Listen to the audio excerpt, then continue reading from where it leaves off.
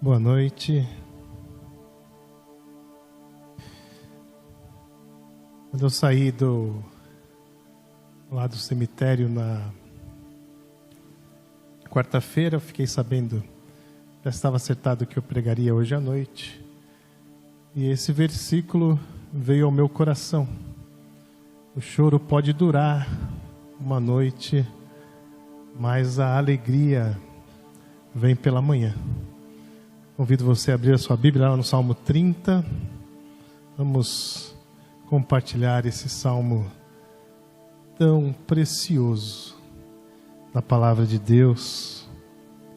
Assim como todos os textos são, existem alguns que parece que gritam em certos momentos. Diz assim o Salmo de número 30. Eu te exaltarei, Senhor, pois tu me reergueste e não deixaste que os meus inimigos se divertissem à minha custa. Senhor meu Deus, a ti clamei por socorro e tu me curaste. Senhor, tiraste-me da sepultura, prestes a descer a cova, devolveste-me a vida. Cantem louvores ao Senhor, vocês, os seus fiéis. Louvem o seu santo nome. Pois a sua ira só dura um instante, mas o seu favor dura a vida toda. O choro pode persistir uma noite, mas de manhã irrompe a alegria. Quando me senti seguro, disse: jamais serei abalado. Senhor, com o teu favor deste-me firmeza e estabilidade, mas quando escondeste a tua face, fiquei aterrorizado. A ti, Senhor, clamei, ao Senhor pedi misericórdia. Se eu morrer, se eu descer a cova, que vantagem haverá? Acaso o pó te louvará? Proclamará a tua fidelidade? Ouve, Senhor, e tem misericórdia de mim. Senhor, sê tu o meu auxílio. Mudaste o meu pranto em dança, a minha veste de lamento em veste de alegria, para que o meu coração cante louvores a ti e não se cale. Senhor, meu Deus, eu te darei graças para sempre. O Senhor nos abençoe nesta noite e nos alimente por teu Santo Espírito, em nome de Jesus. Amém. Eu vou fazer uma afirmação muito arriscada, mas muito verdadeira.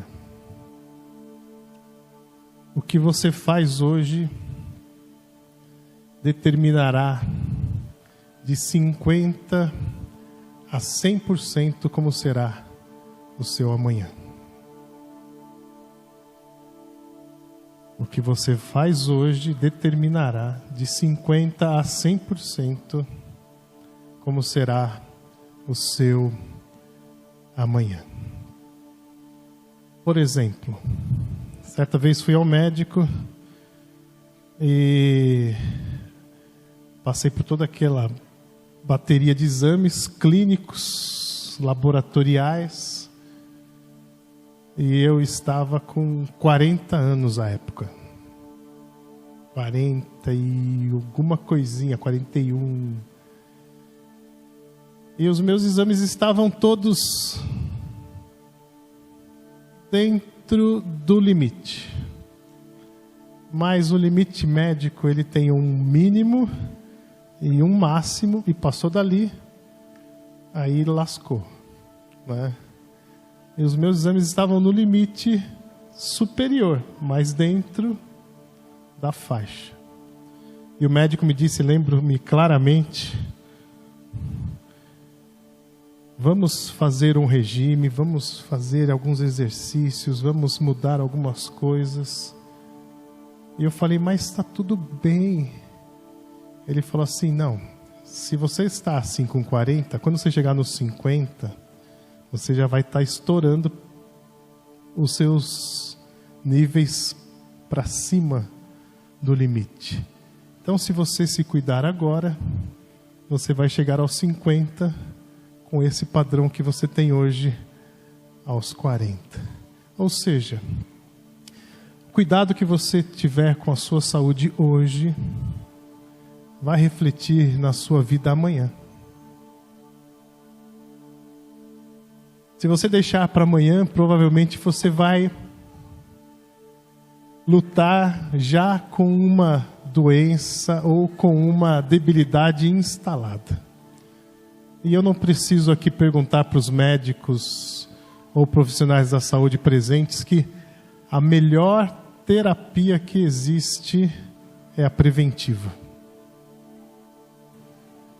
Isso funciona também, por exemplo, com a velhice, com a idade. Você deve escolher hoje o idoso que você será amanhã. Então, olhe para algumas referências, olhe para algumas pessoas que são próximas a você e decida, você quer ficar igual a essa pessoa ou você quer ficar diferente? Você quer ser um idoso chato, crica, dependente, mal-humorado, reclamão? Ou você quer ficar um idoso alegre? Uma característica muito boa para você saber se um idoso está no caminho certo é se ele atrai as pessoas, especialmente as crianças, ou as crianças fogem dele ou dela. Mas se ele atrai as pessoas, se ele é alguém grato, se ele é alguém que olha ainda para o tempo que lhe falta com esperança, você tem que decidir hoje o que você vai querer ser quando você chegar a uma idade mais avançada. É hoje que a gente escolhe. Outro exemplo,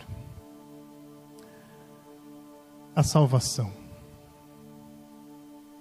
Você tem que escolher hoje o caminho que você quer seguir quando você não estiver mais neste mundo. Jesus oferece a todos nós a possibilidade de vencermos a morte através do sangue de Cristo, do seu sangue derramado na cruz do Calvário. Hoje você escolhe vida ou morte, Cristo ou não Cristo, para amanhã você colher vida eterna ou morte eterna. É assim. Assim acontece com a maioria das coisas das nossas vidas. Você escolhe hoje a sua profissão, a faculdade que você vai fazer para a sua profissão. Você escolhe hoje para algo que vai acontecer amanhã.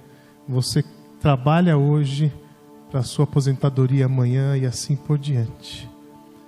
E eu quero dizer uma coisa nesse aspecto muito simples para nós. Como você vai acordar amanhã? Como você vai acordar amanhã, você escolhe isso hoje. Simples assim. Geralmente as nossas noites são reflexo dos nossos dias. E as nossas manhãs são reflexo das nossas noites. E como você vai acordar amanhã, você escolhe hoje. O salmista escreve um salmo falando sobre isso. Sobre escolhas que ele fez ao lado de Deus que o permitiram acordar diferente no outro dia. O choro pode durar uma noite inteira, mas a alegria vem pela manhã. Um salmo é uma expressão direcionada a Deus. O salmo é algo sem interferências, sem interrupções, de alguém que se coloca diante de Deus e conversa diretamente com Deus. A sua manhã será resultado da sua conversa com Deus hoje. Pode ser que você esteja passando por um sofrimento, pode ser que você esteja passando por uma luta, pode ser que você esteja passando por algo difícil, um problema de saúde. Mas o acordar tem a ver com a sua decisão ao lado de Deus, não com a situação em si. Porque a Bíblia diz que, apesar de todas as coisas, nós ainda podemos louvar a Deus. Apesar de todas as coisas, nós ainda podemos ser gratos. Apesar de todas as coisas, Deus nunca perde o controle. Então amanhã você vai acordar renovado ou revoltado? Você vai decidir isso falando com Deus na noite anterior, hoje. E o Salmo ele caminha nessa direção. Esse Salmo ele começa, ele começa com ações de graças, termina com ações de graças e ainda nos convida à gratidão. Mesmo que enfrentemos lutas, nós podemos agradecer a Deus. Porque a gratidão não está nas coisas, a gratidão está no reconhecimento de que nós não estamos passando por isso sozinhos. A gratidão não está numa vida plena. A gratidão está em saber que Deus está conosco nesta vida plena. A gratidão não está numa vida difícil, mas a gratidão está em saber que mesmo nas dificuldades, Cristo está conosco. E é isso que o salmista diz, ele começa dizendo: eu te exaltarei, Senhor, pois tu me reergueste e não deixaste que os meus inimigos se divertissem à minha custa. Versículo 12: para que o meu coração cante louvores a ti e não se cale. Senhor meu Deus, eu te darei graças para sempre. E no versículo 4 ele diz: cantem louvores ao Senhor vocês, os seus fiéis, louvem o seu santo nome. Eu quero dizer que uma pessoa grata, ela convida outros a agradecerem.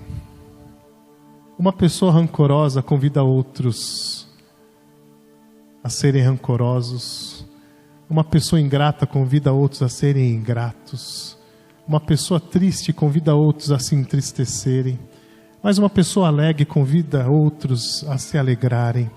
Uma pessoa satisfeita convida outros a se satisfazerem com ela, junto a ela. É assim que funciona o reino de Deus. Deus nos dá bênçãos para dividirmos.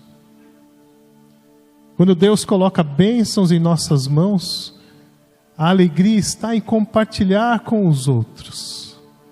Se Deus colocar bênçãos na sua mão e você acumular, se você for egoísta, o que você vai dividir com os outros é egoísmo. Mas se Deus coloca um coração grato no seu peito, você vai convidar outros a serem gratos também, porque gratidão é uma coisa que contagia. Gratidão é uma coisa que contagia. E gratidão é uma coisa tão saudável. Eu diria até que é um remédio em alguns momentos. Você abraçar uma pessoa e dizer assim: eu sou grato por sua vida.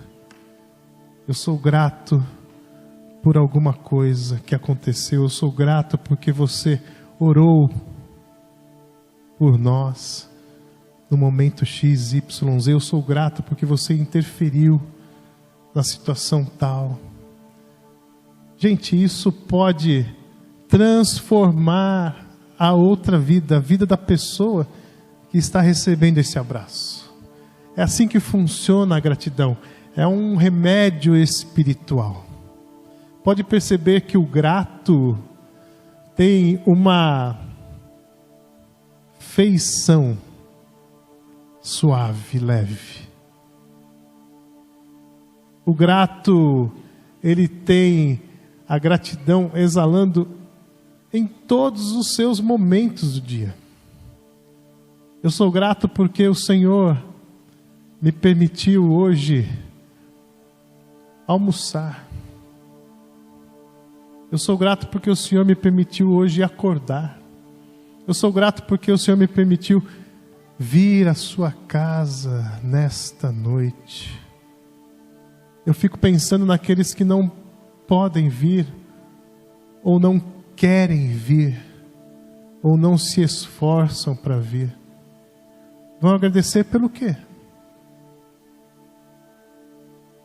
Agradecer pelo cansaço? Pela apatia? Pelo desinteresse? Não dá. Mas eu sou grato porque eu pude me encontrar com os meus irmãos neste dia, aprender da palavra de Deus, ser consolado, confortado, ser estimulado. Então a gratidão é isso, ela vai reverberando de um coração para o outro, mesmo que não hajam palavras.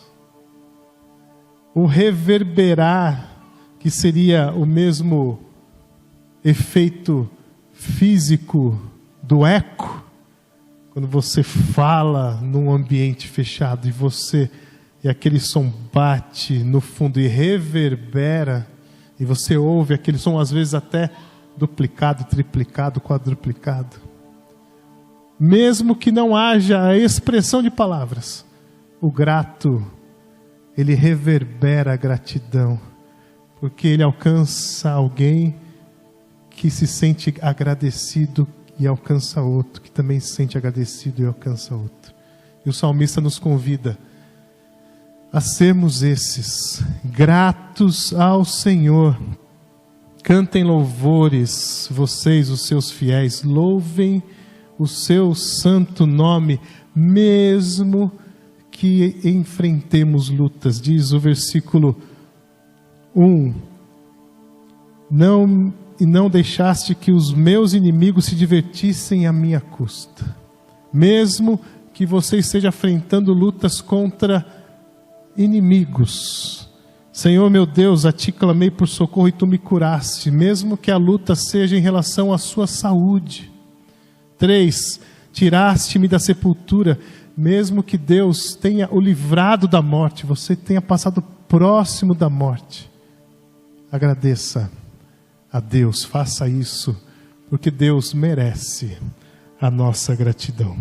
Além disso, Davi considera que tudo isso que aconteceu, esse é um salmo davídico, ele considera que tudo isso aconteceu como consequência do seu orgulho e egoísmo, ou seja, como consequência da sua não gratidão.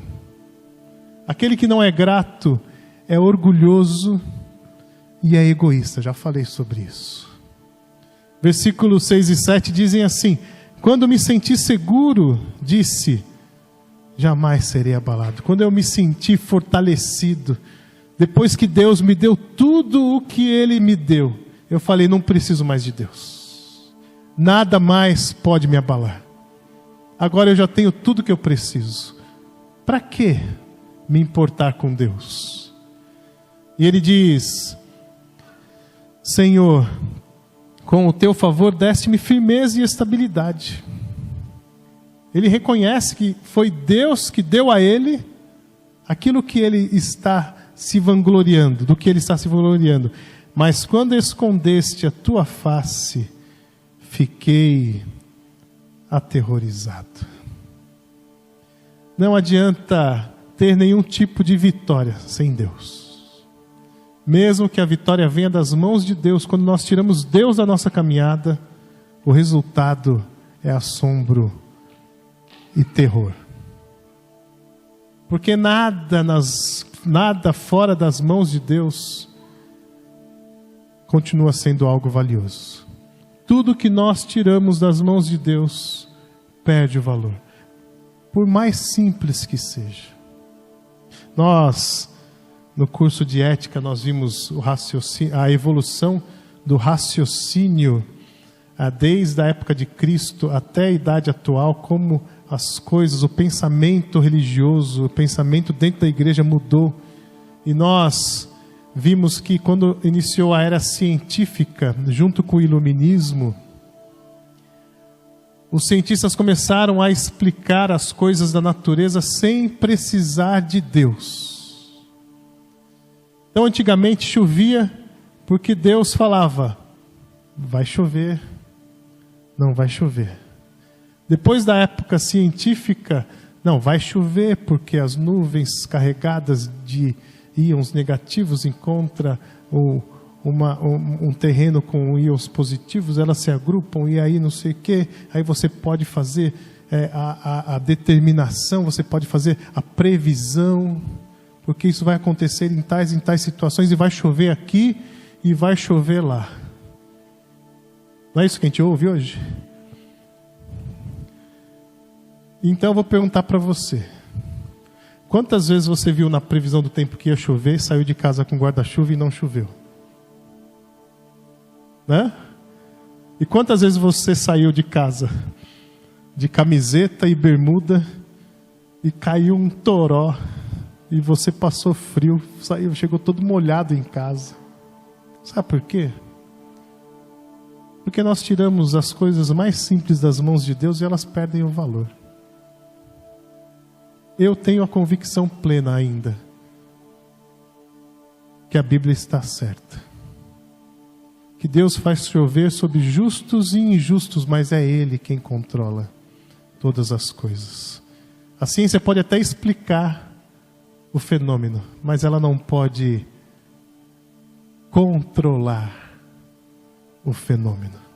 Tanto que existem muitas pessoas que pagam fortunas para fazerem chover nas suas lavouras. Dizem que agora lá no Oriente Médio teve uma enchente, de tanto que bombardearam as nuvens para chover, deserto, e choveu e inundou a cidade. Ninguém sabe se foi por causa disso, mas dizem que pode ter sido por causa disso. Porém, eu quero dizer que Deus vai continuar trabalhando na sua vida, porque Ele é Deus. E se você tirar isso das mãos dele, o seu coração vai se encher de orgulho e de egoísmo. E você vai passar por situações muito difíceis, muito, muito difíceis. Afinal de contas, Deus não permanece muito tempo irado quando reconhecemos o nosso pecado, a nossa falha. Quando tiramos as coisas das mãos de Deus, nós temos um Deus misericordioso. E o versículo 5 nós já lemos, diz: pois a sua ira só dura um instante, mas o seu favor dura a vida toda. Porque Deus recolhe a sua mão? Porque Deus deixa de fazer aquilo que nós merecemos? Porque nós o buscamos em lágrimas. Diz o versículo 8: a ti, Senhor, clamei, ao Senhor pedi misericórdia. Versículo 10: ouve, Senhor, e tem misericórdia de mim. Senhor, sê tu o meu auxílio. Chega um momento em que nós entendemos que sem Deus as forças sonhos acabaram. A esperança cessou. O horizonte não tem mais sentido. E o amanhã vai ser difícil. O amanhã, acordar amanhã vai ser duro. Senhor, mas por que eu vou acordar de novo para uma semana de trabalho? Eu odeio o meu trabalho. Geralmente, nós odiamos as coisas que nós escolhemos. Já percebeu isso? Quem escolheu o seu trabalho? Quem escolheu a faculdade que você fez? Quem escolheu a sua profissão? Quem escolheu? Aí eu não leve isso ao extremo, mas qual é a pessoa que você mais reclama na sua vida? Não é o seu cônjuge? Quem escolheu? Geralmente nós reclamamos das coisas que nós escolhemos. E quando nós escolhemos coisas que são contrárias a Deus, com certeza nós precisamos nos ajoelhar e chorar diante de Deus. Pedir a misericórdia, clamar pela misericórdia do Senhor, pelo auxílio do Senhor. Não em relação à sua esposa, ao seu marido, tá? Esse você tem que...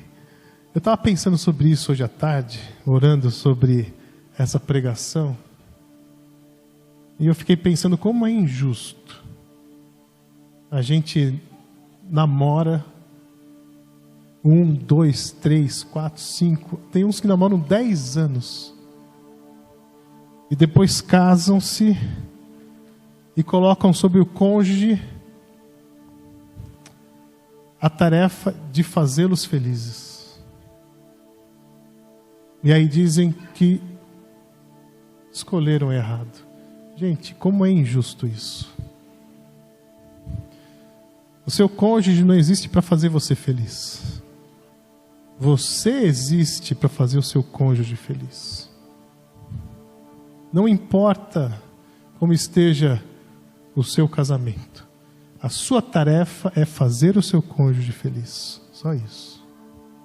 Ah, mas ela não responde, mas ele não retribui. Ele vai ter que se ver com a tarefa dele. Mas a sua tarefa, você não casou para ser feliz. Desculpa aí. Se você casou e fala assim, eu casei para ser feliz, lamento, mas não foi isso. Você casou para fazer o seu cônjuge feliz. E eu fiquei pensando como é injusto a gente desejar ou a gente colocar essa carga sobre o cônjuge, porque o cônjuge não pode fazer isso por nós. Só Deus pode fazer isso por nós. Querer que o cônjuge nos faça felizes é colocar o cônjuge no lugar de Deus e decepcionar-se. Mas, voltando aqui ao assunto, né? Afinal, a morte não é algo que agrada a Deus, Davi diz. Deus, me socorre, porque se eu morrer vai ser pior. Ele diz assim, se eu morrer, se eu descer a cova, que vantagem haverá? Acaso o pó te louvará? Proclamará a tua fidelidade? E aí eu coloquei uma citação do Salmo 116:15, que diz, preciosa é ao Senhor a morte dos seus filhos. E algumas pessoas, elas interpretavam esse texto do Salmo 116 dizendo, estão vendo, Deus se agrada quando um filho seu morre, porque é precioso isso para Deus. Não, morte é separação, morte é dor. E o texto do Salmo 116 diz, preciosa é ao Senhor a morte dos seus filhos, dizendo, é caro para Deus a morte de alguém, é custoso. É caro demais, porque Ele enviou o seu Filho Jesus para pagar esse preço. Então o salmista diz, Deus, me ajuda, porque o que adianta se eu morrer? Se eu morrer, eu não vou mais te louvar, eu não vou mais me dedicar ao Senhor. Então, me ajuda. E Deus responde a oração do que chora diante de sua presença e transforma a sua, a minha, a nossa história. Mudaste o meu pranto em dança, a minha veste de lamento em veste de alegria. O morto não pode louvar a Deus, mas um grato, uma pessoa que depende de Deus e é grata, pode louvar a Deus, pode ter a sua vida transformada, pode ter o seu pranto transformado em dança, a sua veste de lamento, aquilo que ele ia usar, que as pessoas iam usar no seu funeral, no seu sepultamento, em vestes de alegria. Vestir-se de alegria é o que Jesus nos oferece. Afinal de contas, Jesus é a nossa alegria, como diz a grande obra musical, Jesus, alegria dos homens. Deus quer mudar a sua vida, mas você precisa decidir se você quer essa mudança hoje.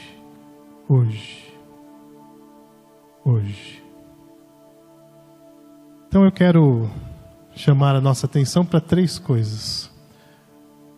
Primeiro, o que pode estar errado na sua manhã é orgulho contra Deus. Se você acorda toda manhã revoltado, desanimado, ranzinza, que mais? Ingrato, que mais? Se você acorda desse jeito de manhã, talvez o seu coração esteja orgulhoso. Porque o nosso dia tem que ser colocado nas mãos de Deus. Por que você acorda ranzinza, ingrato?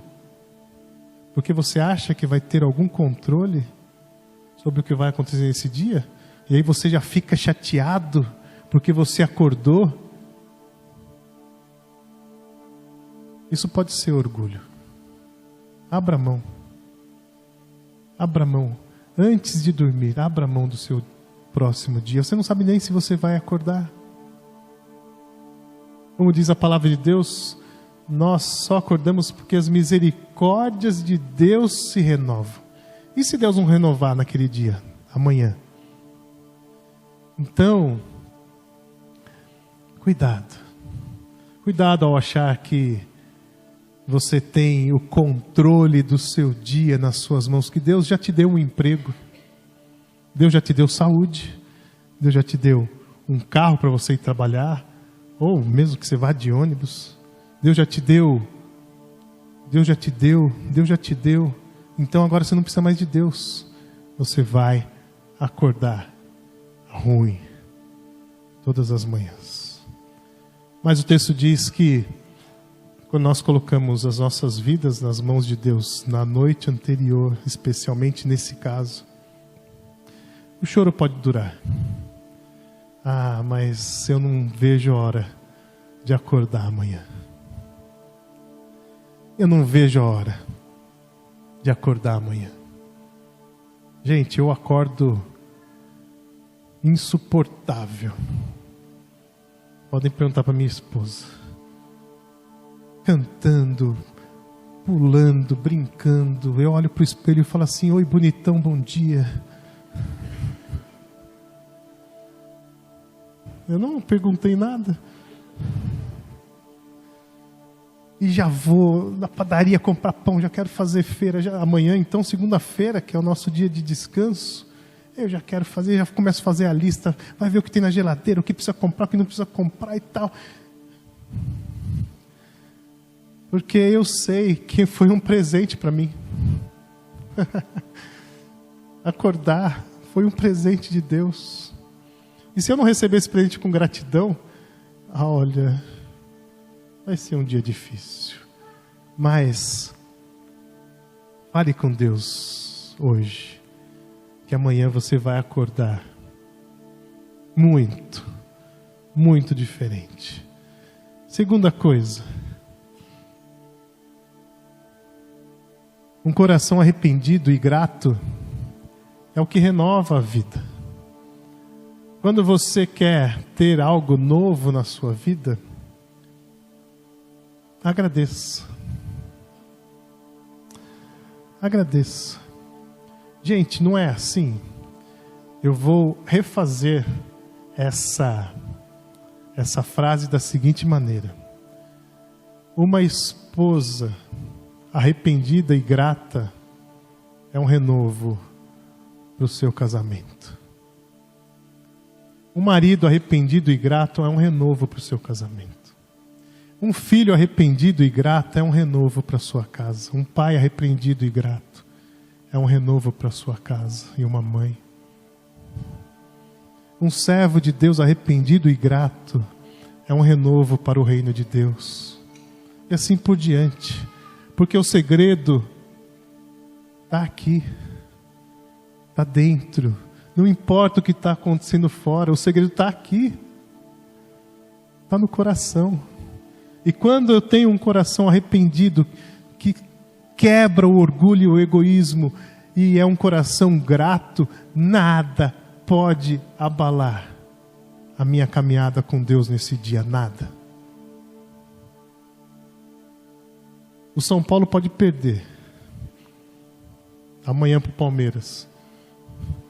Vai ser uma surpresa, porque o São Paulo sempre ganha do Palmeiras ou empata, né? Mas o dólar pode cair. Eu posso não comer a comida que eu gostaria. Não importa. Porque o negócio está aqui, ó.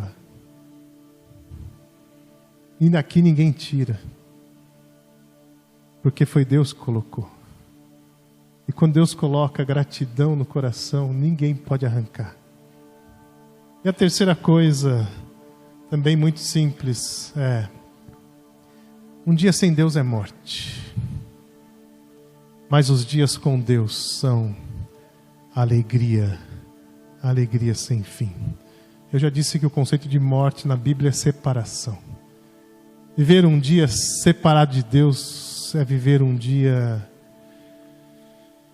como se você estivesse realmente num funeral.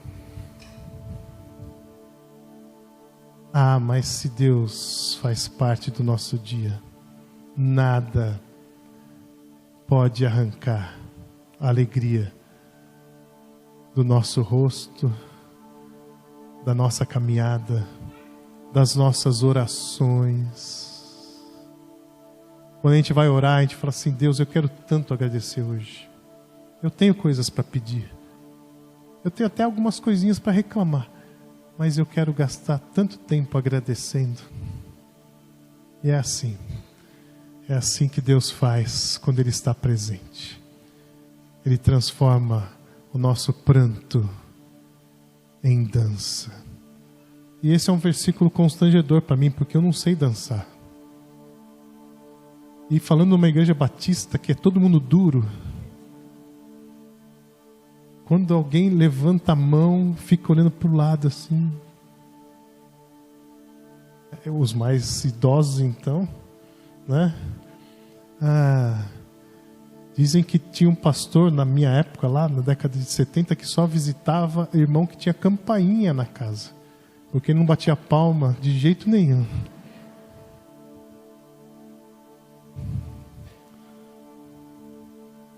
Mas Deus transforma o nosso pranto, o nosso choro de arrependimento em dança, em alegria. Que seja assim a sua semana, que seja assim o seu dia, que seja assim o seu amanhã. Pedir para a equipe subir, vamos orar. Pai, nós te louvamos porque podemos ouvir que a tua palavra se importa tanto, tanto conosco. E te louvamos porque sabemos que as escolhas que fazemos hoje ao teu lado são escolhas que refletem por toda a eternidade. O Senhor receba a nossa oração nesta noite e que amanhã acordemos para o louvor da Tua glória, com gratidão e alegria no coração, sabendo que nós dependemos totalmente do Senhor. E que o Senhor te abençoe e te guarde. Que o Senhor faça resplandecer o seu rosto sobre ti e tenha misericórdia de ti. Que o Senhor sobre ti levante o seu rosto e te dê a paz, em nome de Jesus. Amém. Vamos colocar em pé, vamos cantar e assim encerramos nosso culto desta noite.